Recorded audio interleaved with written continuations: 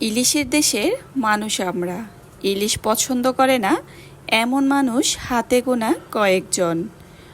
অনেকেই অনেক রকমের ইলিশের রেসিপি শেয়ার করেছেন। আমার মনে হয় ইলিশের এই রেসিপি খুব কমজনই খেয়েছেন। রেসিপিটি খুব সহজ, তবে এর স্বাদ অন্যান্য রান্না করা ইলিশের থেকে অনেকটাই এগিয়ে। যারা নদী অঞ্চলের মানুষ তারা তো অবশ্যই জানেন যে এই রান্নাটা কতটা মজার। আর যারা এখনও খাননি একবার হলো ট্রাই করবেন। আই হোপ এই রান্নার প্রেমে পড়ে যাবেন। এখানে আমি একটা বেশ বড় সাইজের ইলিশ নিয়েছি। আপনারা মাছ আর মাছের ডিম বা মাছের যে আকার দেখলেই কিন্তু বুঝতে পারছেন। তো এখানে আমি পরিমাণ মতো একেবারে প্রথমে কিন্তু যেই কড়াইতে রান্না করব সেই কড়াইতে বসিয়ে দিয়েছি, এবং আমি এখানে হলুদের গুঁড়া, মরিচের গুঁড়া, সেই সাথে পরিমাণ মতো লবণ এগুলো দিয়ে আমি পরিমাণ মতো তেল দিয়ে দিব। এখানে আমি 2 রকমের তেল ব্যবহার করেছি।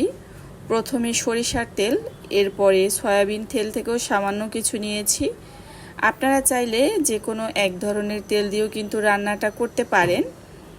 তো এই তো 2 রকমের তেল কিন্তু দেওয়া হয়ে গিয়েছে।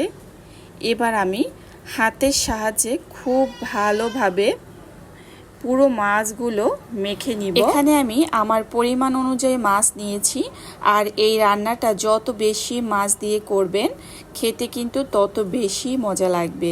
সেক্ষেত্রে আপনি মাছের মাথা বা লেজ দিয়েও কিন্তু রান্নাগুলো করতে পারবেন। সাথে তো মাছ অবশ্যই রাখবেন। তো যাই হোক, এভাবে আমি একটু একটু করে হাত দিয়ে মেখে নিচ্ছি। আর মানে এতটা লোভনীয় হয়েছিল খেতে, সত্যি। আমি তো অনেক রকমের ইলিশ খেয়েছি, তবে এইটা একটু অন্য রকমেরই ছিল খেতে। একদম মানে সেই আগের দিনে যে ইলিশের যে সুন্দর একটা ফ্লেভার আসতো, ঠিক তেমনই ফ্লেভার ছিল। তো মাছগুলোকে হাতের সাহায্যে ভালোভাবে মেখে আমি পরিমাণ মতো পানি দিয়ে দিচ্ছি।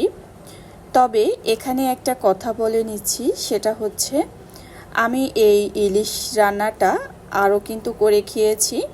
তবে এখানে আপনাদের কাছে আমি শেয়ার করেছি যে মাছটাতে সাধারণত হাতে মাখে রান্নাটা করবেন। সেক্ষেত্রে আপনি হলুদ, মরিচ, লবণ আর সামান্য পরিমাণ তেল দিয়েও রান্নাটা করতে পারবেন। এভাবেও কিন্তু ইলিশটা খেতে ভীষণ ভালো লাগবে।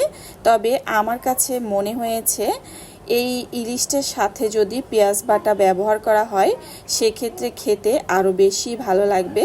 তবে চেষ্টা করবেন কুচি করা পেঁয়াজ নয়, পেঁয়াজটা একদম পেস্ট মিহি করে নেবেন, তারপরে এই ইলিশের সাথে মিশিয়ে দিলে আরও খেতে অনেক বেশি ভালো লাগবে। তো আসলে সচরাচর দেখা যায় এভাবে কিন্তু ইলিশ খাওয়া হয় না। তো অবশ্যই আপনারা যারা এভাবে খেতে অভ্যস্ত বা পছন্দ করেন একবার হলো ট্রাই করে দেখবেন। এই পর্যায়ে আপনাদের সাথে শেয়ার করছি ইলিশের দো পেঁয়াজা। আর এটা তো খুবই লোভনীয় একটা রেসিপি। তো অবশ্যই সাথে থাকুন আর দেখতে থাকুন। আশা করছি ভালো লাগবে আপনাদের কাছে।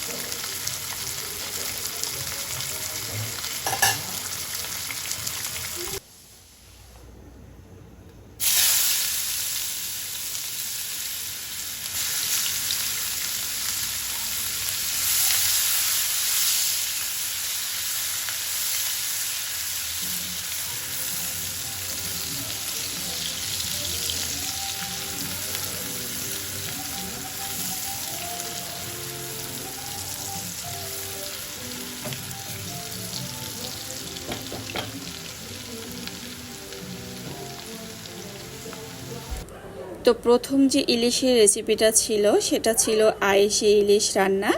খুবই ঝটপট, খুবই সহজে এবং একদম মানে কম সময় লাগে আর খেতে তো দুর্দান্ত। আর দ্বিতীয় রেসিপি এটা হচ্ছে ইলিশের দো পেঁয়াজা। তো ইলিশটা হালকা করে এপাশ ওপাশ ভাজি করে নিয়ে পরিমাণ মতো পেঁয়াজ কুচি দিয়ে, তবে পেঁয়াজটা একটু বেশি দিলে খেতে আরও বেশি ভালো লাগে। কালারটা দেখেই বুঝতে পারছেন। আর এই যে মাছের গ্রেভিটা কতটা লোভনীয়, মানে মাশাআল্লাহ মাশাআল্লাহ। আপনি দুপুরে ভাতের সাথে, গরম ভাতে যদি খান আর সাথে এক পিস লেবু নিয়ে নেন, তাহলে কিন্তু আর কোনো কিছুর প্রয়োজনই নেই। তো যাই হোক, এখানে কিন্তু আমি মশলা খুব ভালো করে কষিয়ে নিয়েছি।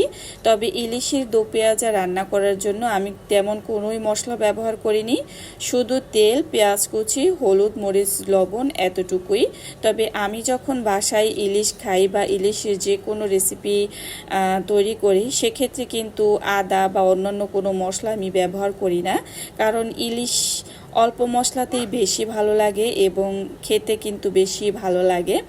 তো যাই হোক, আর এর স্বাদও কিন্তু অটুট থাকে, খুব সুন্দর ফ্লেভার আসে। এখানে কিন্তু দুইটা রেসিপি অত্যন্ত লোভনীয়। তবে যারা ইলিশটা হালকা ভাজা খেতে পছন্দ করেন, আপনারা কিন্তু এভাবে করে রান্না করে নিতে পারেন। আর যারা এমনিতে কাঁচা ইলিশটা হাতে মেখে ওইভাবে রান্না করে খেতে চান, তো আসলে ওভাবেও খেতে পারেন, এটা আপনাদের ইচ্ছা অনুযায়ী। তো দুইটাই কিন্তু খুবই লোভনীয়, কেউ কারো থেকে কম নয়। এতক্ষণ সাথে থাকার জন্য অসংখ্য ধন্যবাদ। আল্লাহ হাফেজ।